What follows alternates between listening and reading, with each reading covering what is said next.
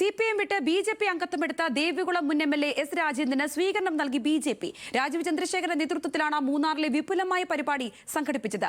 S. രാജേന്ദ്രന്റെ നേതൃത്വത്തിൽ മൂന്നാർ മാറുമെന്ന് BJP സംസ്ഥാന അധ്യക്ഷൻ പറഞ്ഞു. 70 കൊല്ലം മാറി മാറി ഭരിച്ച കോൺഗ്രസും LDFും ഒരു ഒറ്റ പ്രശ്നം പരിഹരിച്ചിട്ടില്ല. അവർ ചെയ്തിരിക്കുന്നത് എന്താണ്? വാഗ്ദാനം കൊടുക്കുക, വോട്ട് നേടുക, എന്നിട്ട് ജനങ്ങളെ എന്താ പറയാ മറക്കുക, പ്രശ്നങ്ങളെ അവഗണിക്കുക, പരിഗണിക്കല്ല. ഇതിന് മാറ്റണം. ഈ വരുന്ന തെരഞ്ഞെടുപ്പ് നമ്മൾ ഒറ്റക്കെട്ടായിട്ട് ഒരുമിച്ച് പറയേണ്ടതാണ്. ഇനി മാറാത്തത് ഇനി മാറും. മൂന്നാർ മാറും. അതേസമയം ചടങ്ങിൽ CPM-നെ വിമർശിച്ച S. രാജേന്ദ്രൻ ജനങ്ങൾക്ക് ചെയ്യേണ്ട നല്ല കാര്യങ്ങൾ CPM ബ്ലോക്ക് ചെയ്തെന്ന് S. രാജേന്ദ്രൻ പറഞ്ഞു. മൂന്നാറിലെ CPM നേതാക്കളുടെ സ്വത്ത് ED പരിശോധിക്കണമെന്നും രാജേന്ദ്രൻ ആവശ്യപ്പെട്ടു.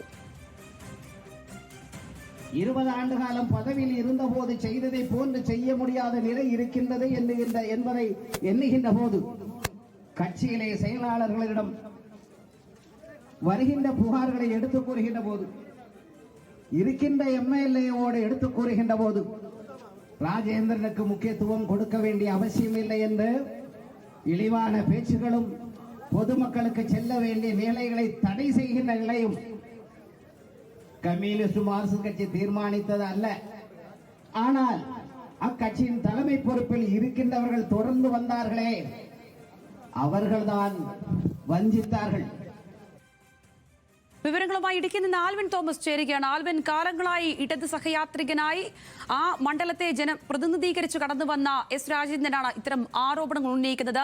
രാജേന്ദ്രന്റെ വരവോടുകൂടി തന്നെ ദേവികുളം മണ്ഡലത്തിൽ ഏതുവിധേന കാര്യങ്ങൾ മാറുമെന്നുള്ള ചർച്ചകൾ അവശേഷിക്കുന്ന സാഹചര്യത്തിൽ നടന്ന ചടങ്ങാണ് BJP-യുടെ ഇന്നത്തെ കാര്യങ്ങൾ.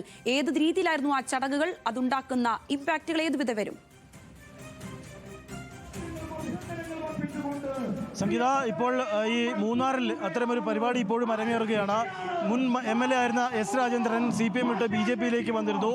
രാജേന്ദ്രനും അതോടൊപ്പം തന്നെ CPI-യുടെ മുതിർന്ന നേതാവുമായ ഗുരുനാഥൻ അടക്കമുള്ള നേതാക്കളെ സ്വീകരിച്ചുകൊണ്ടുള്ള ഒരു പരിപാടി ആണ് ഇന്ന് മൂന്നാറിൽ സംഘടിപ്പിച്ചിരിക്കുന്നത്. ആ പരിപാടി ഇപ്പോഴും തുടരുകയാണ്. ഈ പരിപാടിയിൽ നമുക്കറിയാവുന്നതുപോലെ വരുന്ന നിയമസഭാ തെരഞ്ഞെടുപ്പിനെ ലക്ഷ്യം വെച്ചുകൊണ്ടാണ് BJP അല്ലെങ്കിൽ രാജീവ് ചന്ദ്രശേഖർ അടക്കമുള്ള നേതാക്കൾ ചില പ്രസംഗങ്ങളിൽ ചില വാചകങ്ങളൊക്കെ നടത്തുന്നത്. പ്രത്യേകിച്ച് കോൺഗ്രസിനെയും CPM-നെയും വിമർശിച്ചുകൊണ്ടുള്ള ഒരു പ്രസംഗമായിരുന്നു രാജീവ് ചന്ദ്രശേഖർ നടത്തിയത്. മൂന്നാർ ഇനിയും മാറേണ്ടതുണ്ട്, അത് മൂന്നാർ മാറുന്നതിന് രാജേന്ദ്രൻ ഘടകമാകുമെന്നുള്ളതാണ് രാജീവ് ചന്ദ്രശേഖർ അദ്ദേഹം പ്രസംഗിച്ചപ്പോൾ സൂചിപ്പിച്ചത്. സ്വാഭാവികമായും S. രാജേന്ദ്രൻ BJP-യുടെ സ്ഥാനാർത്ഥിയായി വരാനുള്ള സാധ്യതകൾ നമുക്ക് അദ്ദേഹത്തിൻ്റെ വാക്കുകൾക്കും വരികൾക്കിടയിൽ വായിച്ചെടുക്കാൻ കഴിയും എന്ന് വേണം നമുക്ക് ഈ ഘട്ടത്തിൽ മനസ്സിലാക്കാൻ. രാജേന്ദ്രനും വലിയ തോതിൽ വിമർശനം ഉന്നയിച്ചുകൊണ്ടാണ് സംസാരിച്ചത്. പ്രത്യേകിച്ച് CPM-നെ കടന്നാക്രമിച്ചുകൊണ്ടാണ് അദ്ദേഹം സംസാരിച്ചത്. കഴിഞ്ഞ 5 വർഷം തനിക്ക് യാതൊരു കാര്യവും ചെയ്യാൻ, ഇവിടെ തോട്ടം മേഖലയ്ക്ക് വേണ്ടിയോ യാതൊരു കാര്യവും ചെയ്യാൻ CPM അനുവദിച്ചില്ല എന്നുള്ളതാണ് അദ്ദേഹം ഇന്ന് ഈ വേദിയിൽ BJP വേദിയിൽ പറയുന്നത്. CPM അനുവദിക്കാതെ വന്നതോടുകൂടി തനിക്ക് തോട്ടം മേഖലയിൽ കഴിഞ്ഞ കാലങ്ങളിൽ ഒന്നും ചെയ്യാൻ കഴിഞ്ഞില്ല. പക്ഷേ മുൻകാലങ്ങളിൽ കഴിഞ്ഞ തൻ്റെ 40 വർഷത്തെ പൊതുജീവിതത്തിൽ താൻ CPM-നോടൊപ്പം നിന്നെങ്കിൽ അത് തോട്ടം മേഖലയിലെ ആളുകൾക്ക് വേണ്ടിയാണ് നിന്നതെന്നും അവർക്ക് വേണ്ട എല്ലാ ഗുണങ്ങളും നേടിയെടുക്കാൻ അദ്ദേഹം പരിശ്രമിച്ചു എന്നുള്ളതാണ് അദ്ദേഹം പറയുന്നത്. വരുന്ന 3 മാസക്കാലം കഴിഞ്ഞാൽ 2 മുന്നണികളിൽ നിന്നും ആളുകളെ BJP-യിലേക്ക് കൊണ്ടുവരാൻ കഴിയുമെന്നുള്ളതാണ് അദ്ദേഹത്തിൻ്റെ ആത്മവിശ്വാസമായി അദ്ദേഹം പറയുന്നത്. നമുക്കറിയാവുന്നതുപോലെ തോട്ടം മേഖലയിലെ വലിയ സ്വാധീനമുള്ളൊരു നേതാവാണ് S. രാജേന്ദ്രൻ. അതുകൊണ്ട് തന്നെ S. രാജേന്ദ്രനെ പാളയത്തിലെത്തിച്ചുകൊണ്ട് BJP-ക്ക് കടന്നു കയറാൻ കഴിയുന്ന ഒരു ശക്തിയായി മാറുക എന്നതാണ് BJP ലക്ഷ്യം വയ്ക്കുന്നത്. ഏതായാലും വരുന്ന നിയമസഭാ തെരഞ്ഞെടുപ്പിൽ ഒരുപക്ഷെ S. രാജേന്ദ്രൻ മത്സരിക്കാനുള്ള സാധ്യതയാണ് ഈ ഘട്ടത്തിൽ നമുക്ക് കാണാൻ കഴിയുക. തീർച്ചയായും ആൽവിൻ, ആ നിലയ്ക്ക് ഇടുക്കിയിലേക്ക് കടന്നു കയറാനുള്ള ആ ഒരു ശ്രമം, ആ ഒരു നെറ്റ്വർക്കാണ് BJP ലക്ഷ്യമിടുന്നത്. ആൽവിൻ തോമസ് ആണ് ഇടുക്കിയിൽ നിന്ന് വിശദമായ വിവരങ്ങൾ പങ്കുവച്ചത്.